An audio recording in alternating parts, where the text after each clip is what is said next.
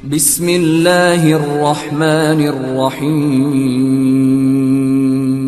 پہلا اسٹیپ یہ ہے کہ انسان کیا رہے؟ دائم الوضو رہے۔ دوسرا اسٹیپ فرمایا دائم الوضو رہنے کے بعد انسان کوشش کرے کہ انسان کا جسم بھی ہمیشہ کیا رہے؟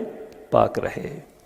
مثلا کبھی کبھی انسان پہ غسل جنابت واجب ہو جاتا ہے۔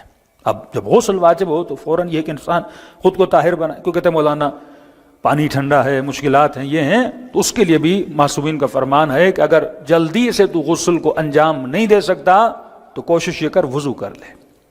مثلا غسل جنابت میں کھانا کھانا مکروہ ہے، غسل جنابت میں کھانا بچوں کے لیے آپ بنا رہے ہو تو وہ کراہت ہے اس میں نا، تو اس کراہت کو توڑنے کے لیے یہ ہے کہ تو وضو کر دے۔ مثلا پانی اویلیبل نہیں ہے، جب اویلیبل ہو جائے، پانی گرم ہو جائے، اس میں ٹائم لگتا ہے، تو اس سے پہلے کیا کر لے؟ وضو کر لے، تاکہ وہ جتنی مکروہات، اب انسان کو پانی پینا ہوتا ہے، پیاس لگتی ہے، انسان کو کوئی سیب کھانا ہے، کوئی چیز کھانی ہے، تو وضو کر کے کھا لے تو وہ مکروہات کیا ہو جائیں گے؟ ٹوٹ جائیں گے۔ تو ایک تو وضو کرے، دوسری چیز مومن کا بدن ہمیشہ پاک رہے، چھوٹی سی بھی نجاست آپ کے بدن پہ ہو، خون آپ کے بدن پر ہو، اسے کیا رکھے؟ مومن پاک رکھے۔ اس سے کیا ہوتا ہے؟ معصوم فرماتے ہیں جس طرح یہ کیوں مستحب ہے انسان عطر لگائے، انسان خوش، اس کے پیچھے پوری ایک سائنس ہے، عالم غیب کی سائنس ہے، جس کو انسان سمجھ لے تو کبھی ان چیزوں کو ترک نہ کرے۔ فرمائے خوشبو، فرمائے خوشبو کو اللہ کی نیک مخلوق جیسے ملائک ہیں، وہ خوشبو کی طرف کیا ہوتے ہیں؟ کھنچتے ہوئے آتے ہیں۔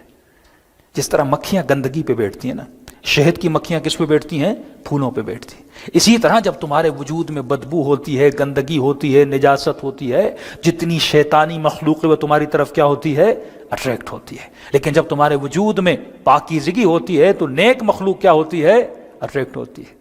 لا یمسو الا المطہرون، اب بندے کا جسم نجس ہو ظاہری طور پر، کبھی بھی اللہ کی نیک مخلوق، کبھی بھی ارواح پاک تمہارے قریب نہیں آئیں گے، ہمیشہ نجاست آئیں گی۔ ایک اور پیاری حدیث سن لیجئے، فرماتے اے مومن، جس طرح تو زمین سے آسمان پر ستاروں کو چمکتا ہوا دیکھتا ہے، یہ زمین ہے، اب آسمان پہ چمکتے ہوئے ستارے دیکھ رہے ہو، اسی طرح آسمان والے زمین پر کچھ لوگوں کے گھروں کو چمکتے ہوئے ستاروں کی طرح دیکھتے ہیں۔ ہاں؟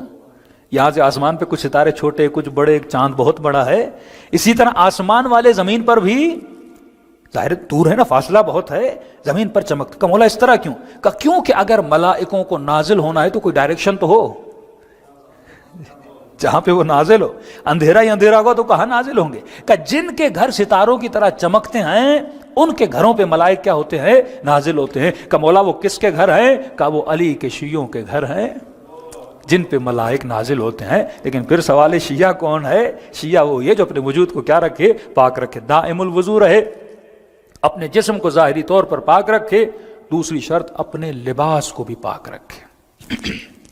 اب لباس کے لیے رسول خدا نے دو چیزیں فرمائی۔